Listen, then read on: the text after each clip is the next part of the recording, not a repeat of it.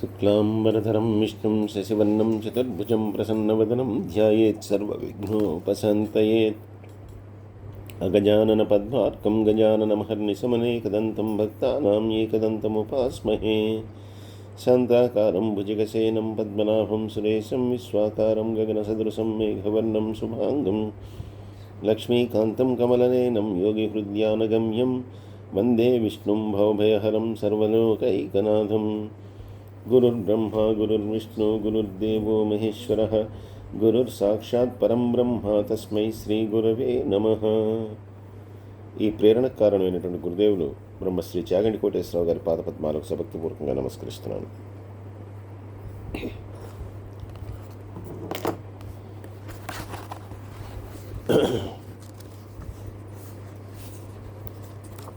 ఈ అధ్యాయంలో కూడా నిన్నటి అధ్యాయంలో లాగే ఒక సంవాదము, అంటే అక్కడ ఉన్నటువంటి సూక్ష్మము అవన్నీ కూడా మనకి ఈ అధ్యాయంలో చెప్తున్నారండి. జాగ్రత్తగా అంటే ఎందుకు వచ్చింది అనుకోకుండా వినండి అంతే, ఎందుకంటే దీనిలో ఉన్నది ఉన్నట్టు చెప్పాలి కాబట్టి. ఎప్పుడైతే ఆ మహావిష్ణు తత్వాన్ని, ఆయన గొప్పదనాన్ని ఇవన్నీ కూడా చెప్పేసిన తర్వాత అక్కడ అంటే జిహ్నువు అనేటటువంటి మహర్షికి గృత్సమద మహర్షి అనేటటువంటి ఆయన చెప్తున్నాడు. అది బ్రహ్మగారు నారదుడికి చెప్పినటువంటిది, శివుడు పార్వతికి చెప్పినటువంటిది. అంటే ఇలా ఒకళ్ళ దగ్గర నుంచి ఇలా వస్తూ ఉన్నాయి అనేటటువంటిది మనకి చెప్పారు, ముందరే చెప్పారు. ఇప్పుడు మళ్ళీ ఆయన అడుగుతున్నాడు, గృత్సమద మహర్షిని జిహ్ను మహర్షి అడుగుతున్నాడు. ఇప్పుడు వీళ్ళు ఏంటండి, మామూలుగా బ్రహ్మవిష్ణు మహేశ్వరులు ఏమంటాం, త్రిమూర్తులు, త్రికాలములు, త్రిగుణములు ఇవన్నీ. ఈ త్రిమూర్తులు అనేటటువంటి వాళ్ళు మళ్ళీ ఏంటి, వీళ్ళు మళ్ళీ ఈ మూడు గుణాలకి వీళ్ళందరూ అధిపతులు ఏం కాదు, వాళ్ళు అసలు ఏ గుణాలు లేనటువంటి వాళ్ళే. అదే మూడు గుణాలు ఉన్నట్టుగా వాళ్ళు చేసేటటువంటి పనుల వల్ల ఒక ఆయనేమో సృష్టికర్త, ఒక ఆయనేమో దాన్ని నడిపించేటటువంటి వాడు, ఇంకో ఆయనేమో మొత్తాన్ని లయం చేసేటటువంటి వాడు. బ్రహ్మ విష్ణు మహేశ్వరుడు వీళ్ళిద్దరూ. అంటే ఇప్పుడు బ్రహ్మగారు సృష్టిని చేస్తూ ఉంటారు. అంటే ఇంకా పెరగాలి అనేటటువంటి దాంతో ఈ సృష్టి అంతా కూడా పెంచుతూ ఉంటాడు. అందువల్ల ఆయన రజోగుణ ప్రధానుడు, ఇంకా ఉన్నది అభివృద్ధి చెందాలి, చేయాలనేది. ఆయనేమో తమోగుణ ప్రధానుడు, అంతా కూడా నాశనం అయిపోవాలి, లయమైపోవాలని అంతటిని కూడా లయం చేస్తుంటాడు. అందుకని బ్రహ్మ శివుడు ఇద్దరు కూడా రజోగుణ తమోగుణ ప్రధానులు. విష్ణువు సత్వగుణ ప్రధానుడు. ఇప్పుడు ఈయన అడుగుతోంది ఏంటంటే, అంటే జిహ్ను మహర్షి ఆ గృత్సమద మహర్షిని అడుగుతున్నాడు. మహావిష్ణువు తత్వాన్ని గురించి చక్కగా చెప్పారు. ఎందుకంటే ఆయనంతా కూడా సాత్వికమే. ఎవరైతే పూజిస్తారో, ఎవరైతే ఆయన్ని వ్రతం చేస్తారో, ఎవరైతే ఆయన్ని కీర్తిస్తారో వాళ్ళందరికీ కూడా అనుగ్రహం కలుగజేస్తున్నాడు, వాళ్ళందరినీ ఇచ్చేస్తున్నాడు. మరి వీళ్ళిద్దరూ కూడా ఒక ఆయనేమో రజోగుణ ప్రధానుడు, ఒక ఆయన తమోగుణ ప్రధానుడు కదా. అలాంటి వాళ్ళ యొక్క గుణములు అంటే ఏ గుణములు లేవు, అయినా కూడా వాళ్ళు చేసేటటువంటి పని వలన వాళ్ళకి గుణములు ఆపాదించబడ్డాయి కదా. ఆ గుణములు ఆపాదించినప్పుడు వాళ్ళిద్దరూ ఎలా ఉండేవాళ్ళు, ఏం జరిగింది అని చెప్పి అడిగాడు. ఇప్పుడు దానికి సంబంధించినటువంటి కథని చెప్తున్నారు. ఇలా తమోగుణ రజోగుణ ప్రధానం కలిగినటువంటి వీళ్ళిద్దరూ కూడా ఒకసారి వాళ్ళిద్దరు కూడా పోటీ పడ్డారట. మనలో ఎవరు గొప్ప అంటే ఎవరు గొప్ప అని. ఇది కథలాగా వినండి అంతే. ఇది మామూలుగా అని ఇద్దరు కూడా అనుకున్న తర్వాత చాలా కాలం వీళ్ళు ఈ వివాదం అనేటటువంటిది కొనసాగుతూనే ఉంది. ఎవరు గొప్ప అనేది కూడా ఏమీ తేలలేదు. కాలం జరిగిపోతుంది కానీ ఎవరు గొప్ప అనేది తేలకపోవటం వల్ల ఎవరికి వాళ్ళు గొప్ప అనుకునేటటువంటి స్థితిలో ఇద్దరు కూడా ఉండిపోవటం, మళ్ళీ దానివల్ల వివాదం రాజుకోవడం ఇలా జరుగుతూ ఉండగా ఒకానొక రోజున ఒక మహారూపం వీరి ముందర సాక్షాత్కరించిందిట. ఇది మనకి దివ్య స్తంభము అని చెప్పి, ఇది శివుడే ఆ దివ్య స్తంభముగా వచ్చాడు అని చెప్పి పురాణ అంతర్గతంగా ఉంటుంది. మాఘ పురాణంలో ఉన్నదే నేను చెప్తున్నాను ఇక్కడ. వచ్చినటువంటి ఆ మహారూపం ఏదైతే ఉందో చాలా తేజస్సుతో ఉందిట. అలా తేజస్సుతో ఉన్నటువంటి ఆ రూపము అనేకమైనటువంటి ముఖములని, అనేకమైనటువంటి నేత్రములని, అనేకమైనటువంటి బాహువుల్ని, వీటన్నిటిని కలిగి ఎలా అయితే మనం ఆ శ్రీహరిని మనం కీర్తిస్తూ ఉంటాం, అటువంటి రూపంలో ఉన్నటువంటి ఒక రూపం అనేటటువంటి వాళ్ళిద్దరి ముందర కూడా ప్రత్యక్షమైంది, బ్రహ్మగారి ముందర శివుడి ముందర.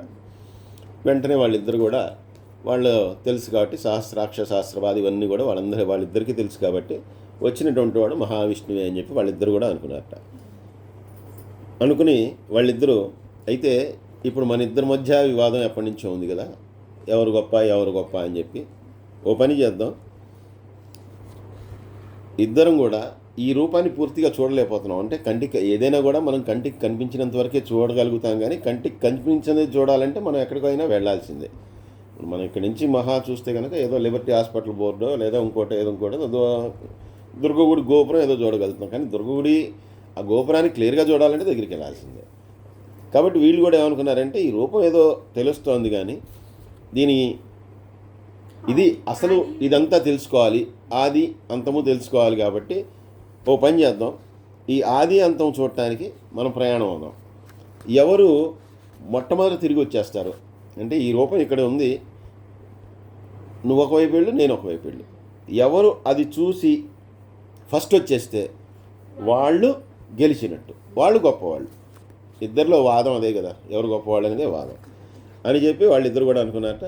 ఇలా బయలుదేరినటువంటి వాళ్ళు కొన్ని సంవత్సరాలు, అంటే మన లెక్కలో అయితే కనుక వేల యుగాలు ఇద్దరు అలా తిరుగుతూనే ఉన్నట్టు, కానీ ఎక్కడ కూడా వాళ్ళకి కనపడలేదు. ఇదే రకమైనటువంటి విషయం మనకి శివుని విషయంలో వస్తుంది. శివుడు ఆ దీపస్తంభంగా వచ్చాడని, బ్రహ్మ విష్ణువులు ఇద్దరు కూడా వెళ్ళారని, ఇద్దరికి కూడా తెలియలేదని ఒకళ్ళు అబద్ధం చెప్పారని ఇలా వస్తుంది. ఇక్కడ ఉన్నదే ఇక్కడ చెప్పుకుందాం. అయితే ఇద్దరికి కూడా దాన్ని తెలుసుకోవటం అసాధ్యము అని చెప్పి తెలిసింది, వాళ్ళిద్దరికీ కూడా ఆ శక్తి లేదని చెప్పి తెలిసింది. వెంటనే వాళ్ళిద్దరు కూడా వాళ్ళ తప్పును వాళ్ళు తెలుసుకున్నారట. వాళ్ళు తెలుసుకుని ఏదైనా కూడా ఎవరైతే ఆ స్వయం ప్రకాశకుడు ఉన్నాడో, ఎవరైతే ఆ విష్ణువు ఉన్నాడో, అందరిలో నివసించేటటువంటి వాడు ఆయనే, సర్వాత్మకుడు ఆయనే, అలాగే ప్రాణులందరినీ కూడా భరించేటటువంటి వాడు ఆయనే, వాళ్ళందరినీ కూడా రక్షించేటటువంటి వాడు ఆయనే, వాళ్ళందరినీ పోషించేటటువంటి వాడు ఆయనే.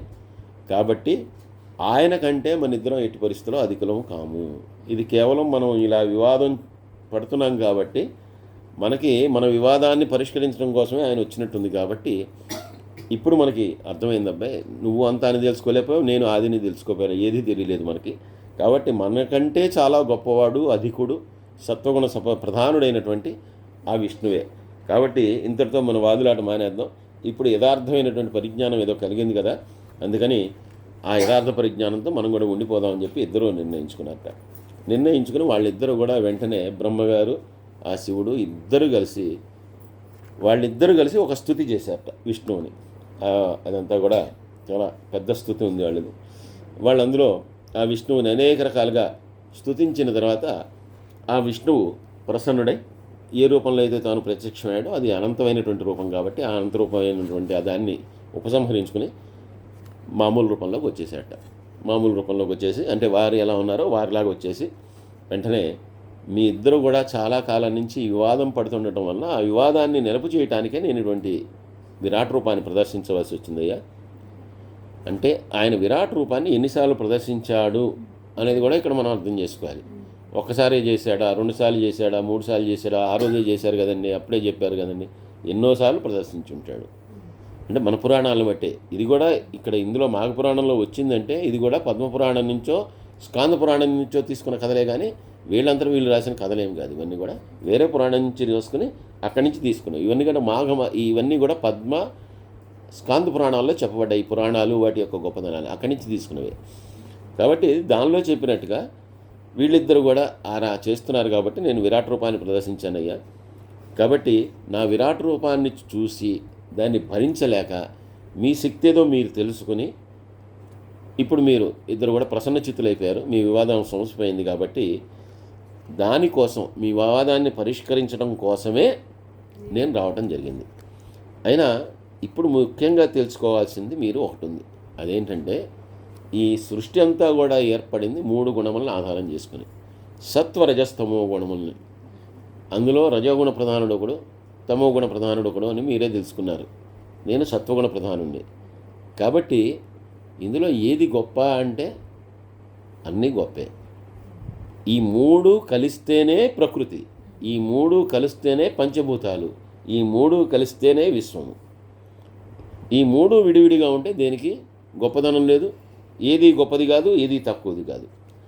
కాబట్టి ఈ సత్వరజస్తమో గుణాల చేతే ఈ సృష్టి అంతా కూడా ఏర్పడింది.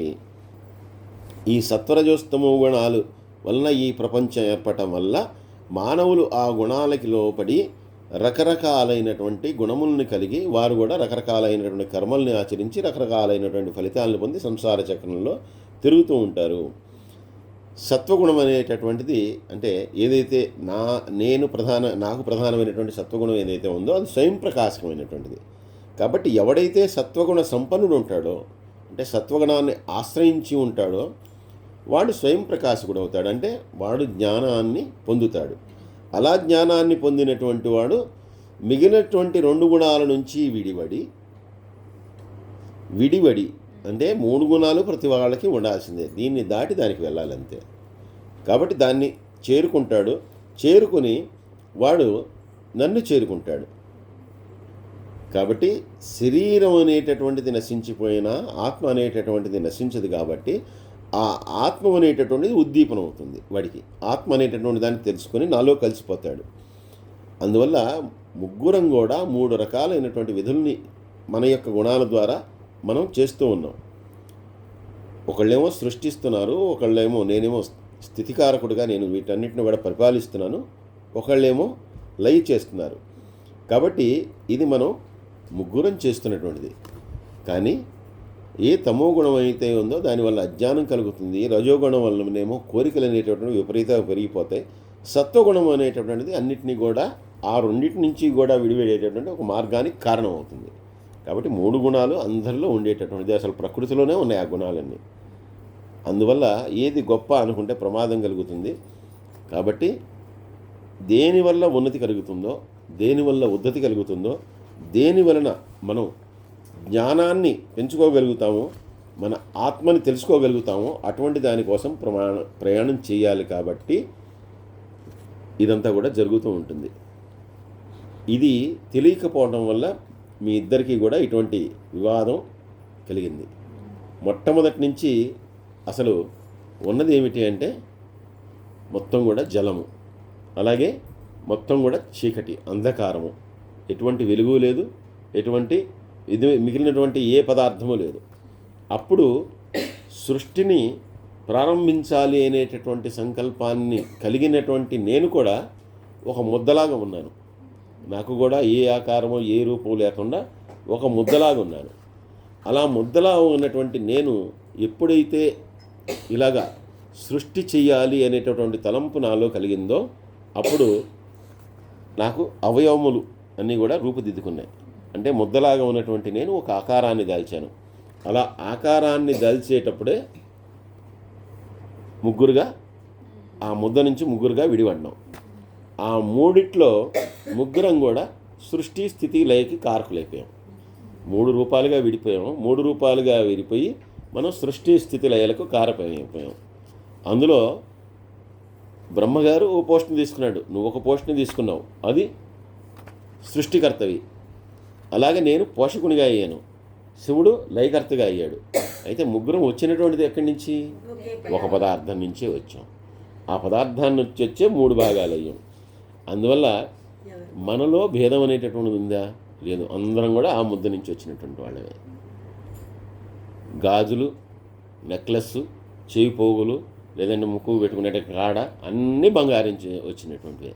ఏది గొప్ప అని కొట్టుకుంటే ఏది గొప్ప కాదు, కరగేస్తే ఏదైనా ముద్దే మళ్ళీ బంగారమే, ఓ మొక్క అయిపోతుంది. అలాగే మనం కూడా ఒక పదార్థం నుంచి వచ్చినటువంటి వాళ్ళే. ముగ్గురు 3 పనులు చేస్తూ దాని నుంచి వచ్చాం. ఈ తత్వాన్ని మీకు ఒక్కసారి నేను గుర్తు చేస్తున్నాయా? మళ్ళీ మీ ఒక్కసారి మీకు తెలియక కాదు, మీరు మీకున్నటువంటి ఈ గుణప్రధానమైనటువంటి ఈ పంచభూతాత్మైనటువంటి ప్రకృతి వలన ఈ గుణాలు అనేటటువంటి వాటి వలన మీరు మర్చిపోయినట్టున్నారు. అందుకని ఒక్కసారి మీకు గుర్తు చేస్తున్నాను. బ్రహ్మ, నువ్వు సర్వస్వతంత్రుడివి. అంటే సృష్టికర్త అంటే సర్వస్వతంత్రుడే, దేన్నైనా సృష్టించవచ్చు ఆయన. అందుకే దేన్నైనా సృష్టించాడు ఆయన. ఆయన ఏది కావాలనుకుంటే దాన్ని సృష్టిస్తాడు. అలాగే నువ్వు ఆ సృష్టించేటప్పుడు అనేకమైనటువంటి ప్రాణుల్ని అన్నింటినీ కూడా రక్షిస్తావు, సృష్టిస్తావు. అలాగే ఆ సృష్టికి అవసరమైనటువంటివి ఏవైతే ఉంటుందో దాన్ని కొన్ని నువ్వు ఏర్పాటు చేస్తావు. సృష్టికి ఏది కావాలి అంటే సృష్టించినటువంటి జీవకోటికి కానీ మానవులకు కానీ వారికి నీతి, నియమము, ధర్మము, అధర్మము ఇవన్నీ కావాలి. కాబట్టి ఆ ధర్మాధర్మ విచేక్షణ కలిగి చేసేటటువంటి వేదాంగాలన్నిటికీ కూడా నువ్వు అధిపతివి. ఎందుకంటే కేవలం సృష్టిస్తే సరిపోదు, అది ఎలా వాళ్ళు ఉండాలనేది మళ్ళీ నువ్వే చెప్పాలి. కాబట్టి ఆ ధర్మాలను అవన్నీ కూడా చెప్పాలంటే వేదాంగాలన్నీ కూడా నీ ఆధీనంలో ఉంటాయి. కానీ వేదానికి నువ్వు స్థానాన్ని, అలాగే చేసేటటువంటి ఏ కర్మ అయినా సరే దానికి నువ్వు అధిపతివి. ఎందుకంటే సృష్టించినటువంటి వాడివి నువ్వే కదా, నువ్వు సృష్టించావు కాబట్టి దానికి అధిపతివి నువ్వే. అలాగే నువ్వు ఆ సృష్టించినటువంటి ప్రాణికి అవసరమైనటువంటి దాన్ని ఇచ్చేటటువంటి వాడివి. అంటే దానిలో ఉన్నటువంటి ప్రాణం కావచ్చు, దానికి ఉన్నటువంటి శక్తి కావచ్చు. అలాగే అంటారు కదా బ్రహ్మగారి రాత అని. మన యొక్క రాతని అంటే మన యొక్క కర్మఫలానుసారం మనం ఎలా ఉండాలి, ఎలా చేయాలి ఏంటి అనేది ఆయన రాసి పంపించాడు అని. అందువల్ల ఇదంతా కూడా చేసేటటువంటి వాడివి. కాబట్టి నువ్వు చాలా గొప్పవాడివి కాబట్టే ఇలా సృష్టి అంతా చేస్తున్నావు. అందుకే నా యొక్క నాభి కమలం ఏదైతే ఉందో దానిలో నువ్వు సర్వక్షకుడే ప్రకాశిస్తూ ఉంటావు. అంత గొప్పవాడివి. ఇంకా శివుడు నేను మా ఇద్దరికి కూడా ఎటువంటి భేదము లేదు. నేను చేసేది ఆయన చేస్తూ ఉంటాడు, ఆయన చేసేది నేను చేస్తూ ఉంటాను. కాకపోతే పనులు డివైడ్ చేసుకున్నాం కాబట్టి నేను ఇదంతా కూడా పాలన చేస్తుంటాను. స్థితికారకుడు నేను, ఆయన లయకారకుడు. అవసరమైతే ఆయన స్థితికారకుడు అవుతాడు, నేను లయకారకుడు అవుతాను. నీ ఒక్కడికే సపరేట్ డిపార్ట్మెంట్ సృష్టి అనేది. మా ఇద్దరి పని ఇదే. ఉన్నవాడు ఎలా ఉండాలి అనేది ఒకటి పని అయితే కనుక వాడిని ఎలా పంపించేయాలనేది ఇంకోటి పని. కాబట్టి మా ఇద్దరికి ఏమీ భేదం లేదయ్యా. కాబట్టి నేను ఆయన ఎటువంటి భేదం లేనటువంటి వాళ్ళం, సమస్త దేవతలకి పూజనీయులం. నువ్వు అందరికంటే పూజనీయుడు నువ్వు కూడా. ఎందుకంటే అందరినీ సృష్టించేటటువంటి వాడు నువ్వే కాబట్టి, అసలు క్రియేటర్ నువ్వే కాబట్టి అందరికీ పూజనీయుడు. కాబట్టి మనలో ఎవరు గొప్ప ఎవరు తక్కువ అనేటటువంటిది ఏమీ లేదు. త్రిగుణాత్మకమైనటువంటి ఈ సృష్టి, ఈ విశ్వం అంతా కూడా ఈ త్రిరూపములతోటి వ్యాప్తి చెంది ఉన్నది. మన త్రిరూపముల్లో త్రిమూర్తులుగా అందరూ కూడా కొలుస్తూ ఉంటారు. వాళ్ళు త్రిమూర్తులుగా కొలిచినంత మాత్రము చేత మనందరం కూడా వేరు అనుకుని మనం ఎవరికి గొప్ప ఎవరు తక్కువ అని చెప్పి వాదులు ఆడుకోవాల్సినటువంటి పని లేదు. కాబట్టి అందరం కూడా ఈ త్రిగుణాత్మకమైనటువంటి సృష్టిలో త్రిగుణాత్మకమైనటువంటి మానవుల చేత త్రిగుణాత్మకమైనటువంటి ప్రకృతిలో మనం మూడు మూర్తులుగా కొలవబడుతూ, మూడు మూర్తులుగా ఆరాధింపబడుతూ మనం వేరువేరుగా చేసే వాళ్ళ కింద వాళ్ళు గ్రహిస్తారు. కానీ దీనంతటికి మూలమైనటువంటి మనమంతా ఏకమే, ఉన్నటువంటిది ఒక్కటే పదార్థం అని చెప్పి మనం గ్రహించాలి అని చెప్పి మళ్ళీ విష్ణువు ఈ శివకేశవులు ఇద్దరితో కూడా చెప్పి వాళ్ళ యొక్క సంవాదం అంతా కూడా ముగిసేటట్లుగా చేశాడయ్యా. అది విష్ణువు యొక్క తత్వము. ఇలాగ శివకేశవులకి ఒక సందర్భంలో సంవాదం ఏర్పడింది అని చెప్పి ఈ గృత్సమద మహర్షి జహ్ను మహామునికి తెలియజేస్తూ ఉన్నాడు అనేటటువంటి విషయంతో ఈ అధ్యాయాన్ని మనం సంపూర్ణం చేసుకుంటున్నాం. సర్వే జనా సుఖినో భవంతు, సమస్త లోకా సుఖినో భవంతు. స్వస్తి.